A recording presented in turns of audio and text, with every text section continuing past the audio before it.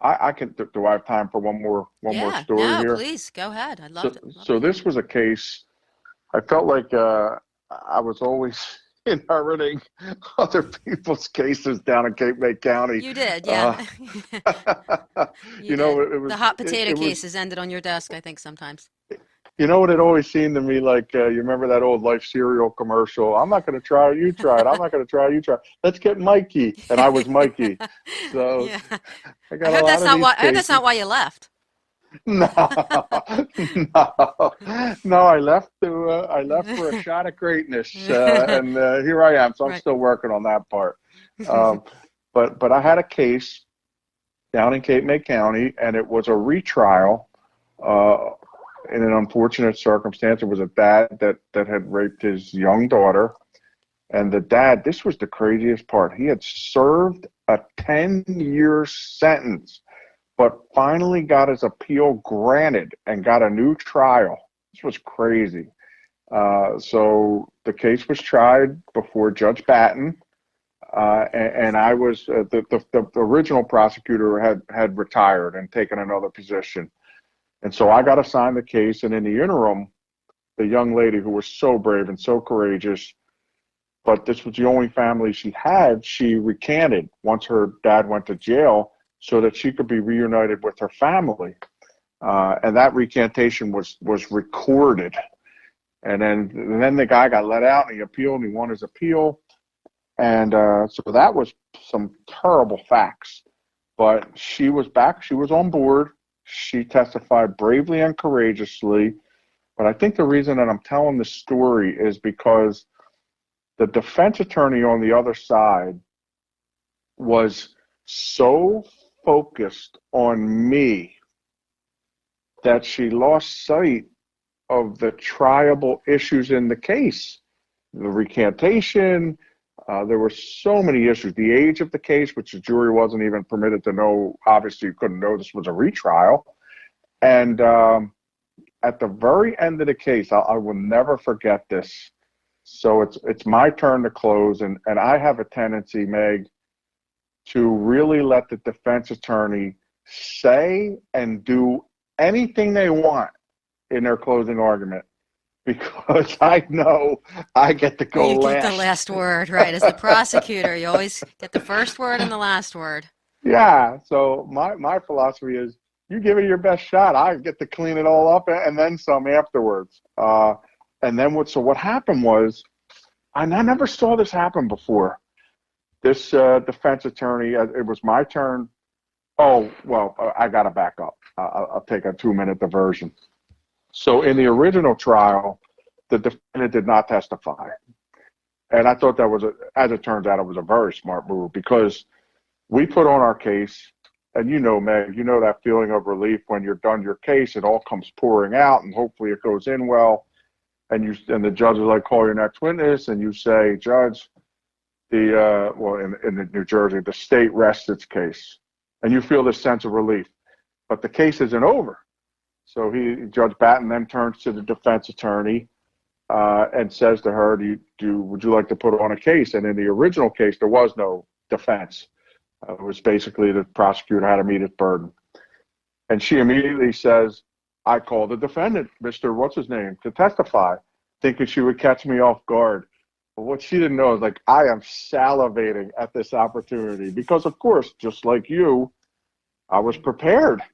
He had given prior statements. They were recorded. There was all kinds of great, great stuff in there.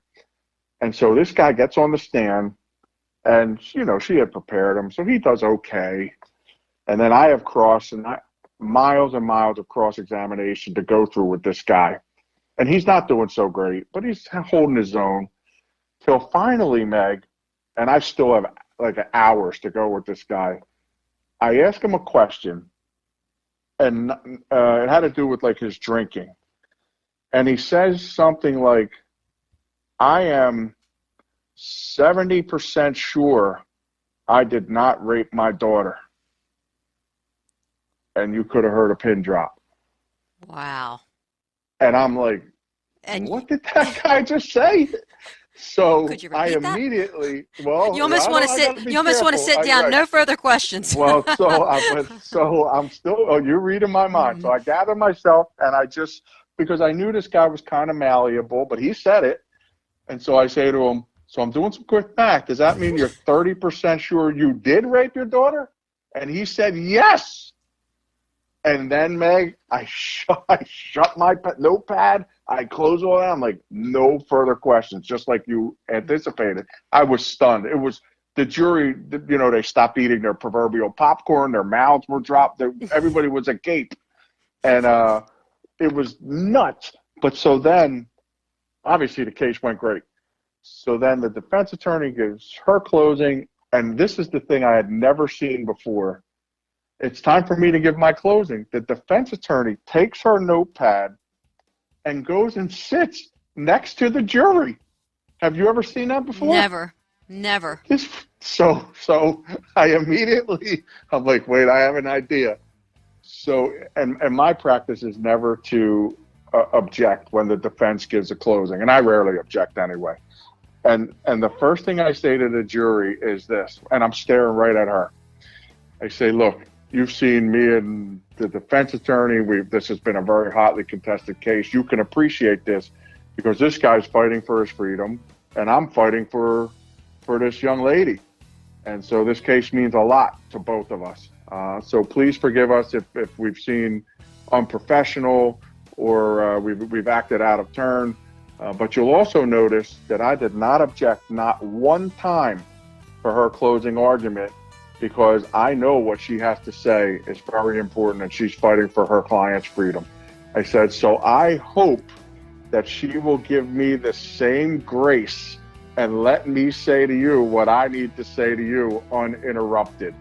And you should have seen her. She goes, hum, hum, hum, puts her pad down. She crosses her arms. She went for it. So I'm giving the closing. I figure I'm giving the closing of my lifetime. She's not going to interrupt me. She's got to sit there now and stare at me and not object to all my stuff.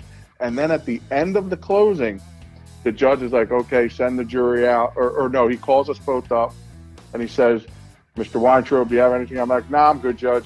And he says to the defense attorney, do you have anything you'd like to say? She's like, well, I have all these objections that I've noted on my notepad that I'd like to make now. And the judge is like, well, you should have made them while they were timely. And so she didn't get to make a single objection. It was incredible. And that guy got found guilty. And here's the craziest part. Because something strange happened in the beginning, in the first trial, the guy got a 10-year, like it was an agreed sentence. It was a stipulated trial. I'm not sure. But the judge in the first trial didn't go through all the factors. The aggravating and equipoise, the mitigating. So Judge Batten did, and because of the factors, he sentenced him to an additional 5 years, Meg. Wow. The guy had to go back to jail. It was incredible. Wow. But there's some of the stories that you can't make up. I mean, that's real life right there. Stay tuned for the next part in this conversation. This podcast is not a source of legal advice. No two legal cases are the same.